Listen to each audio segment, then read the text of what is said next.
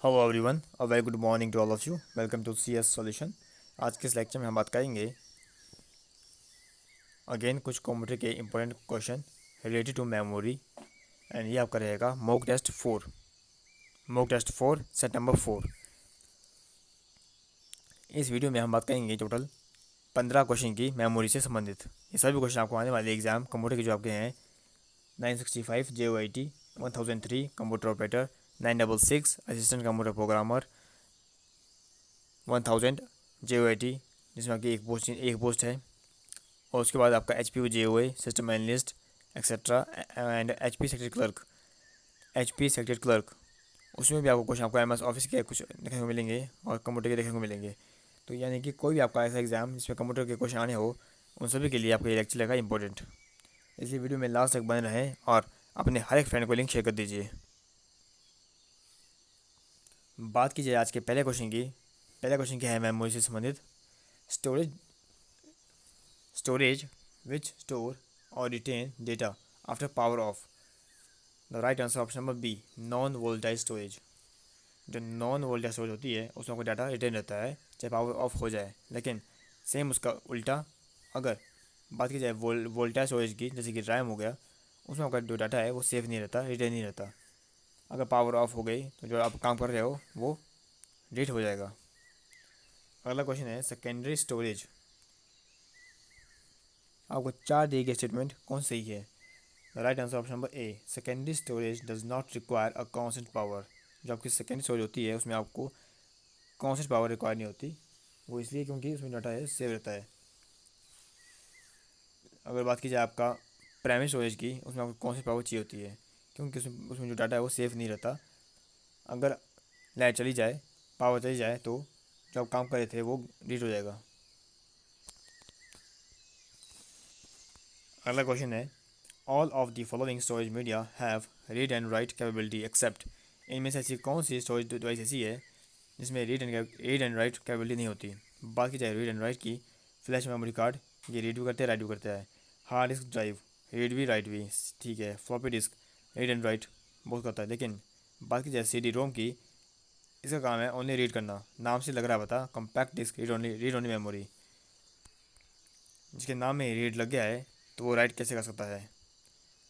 आपका आंसर क्या होगा, option B, CD-ROM media have.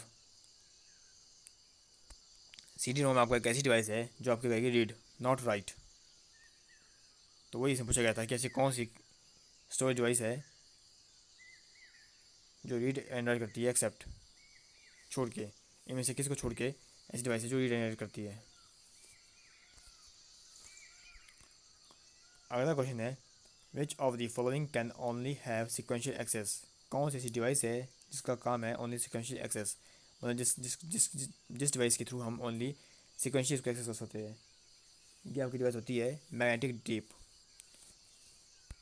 Option B, जो उसका डाटा होगा ओनली सिक्वेंशियली एक्सेस होगा।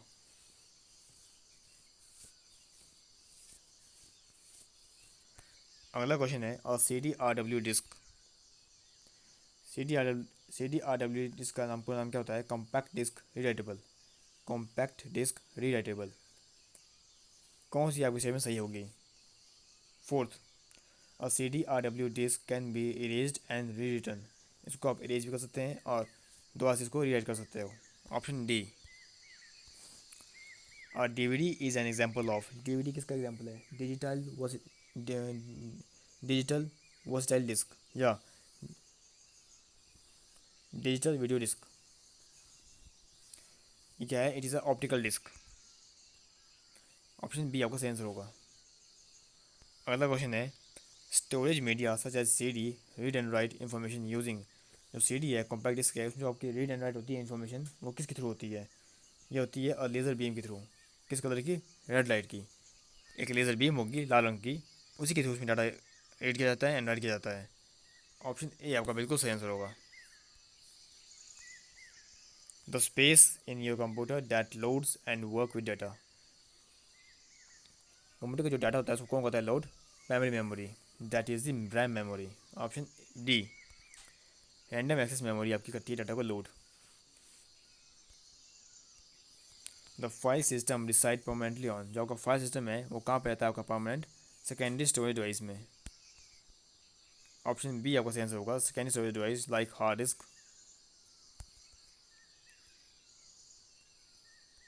अगला क्वेश्चन आपको आता है द टर्म, यहाँ पे टर्म होगा, टाइम नहीं होगा, यहाँ पे होगा टर्म।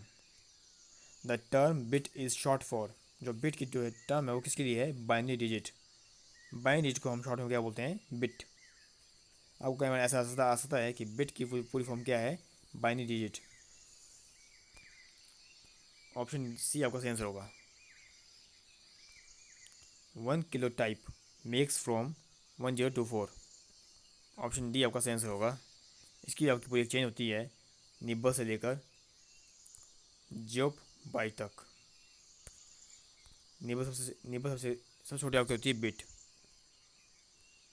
देन बाइट, निब्बल, ऐसे करते करते सबसे हाईएस्ट होती है जोप बाइट। तो आपको ये पूरी चीज़ पता होनी चाहिए मेमोरी की। और इसका आंसर क्या होगा, option number D 1024। Which of the following is use for memory measurement, memory measurement करने के लिए कौन सा इसमें से सही होगा।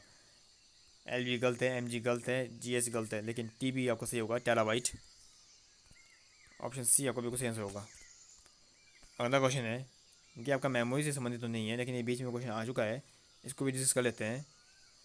The method to store character and symbol in byte is called coding system. Option D सही आंसर होगा।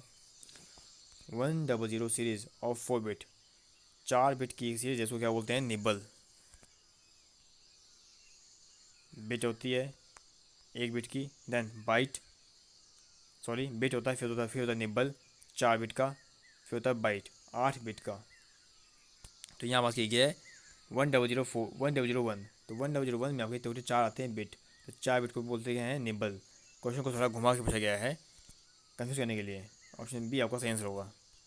Which of one of the following program makes easy to use computer, इनमें से ऐसा कौन सा प्रोग्राम है जिसके थ्रू आप कंप्यूटर के प्रोग्राम को ईजी कर सकते हैं यूज़, दैट इज़ यूटिलिटी।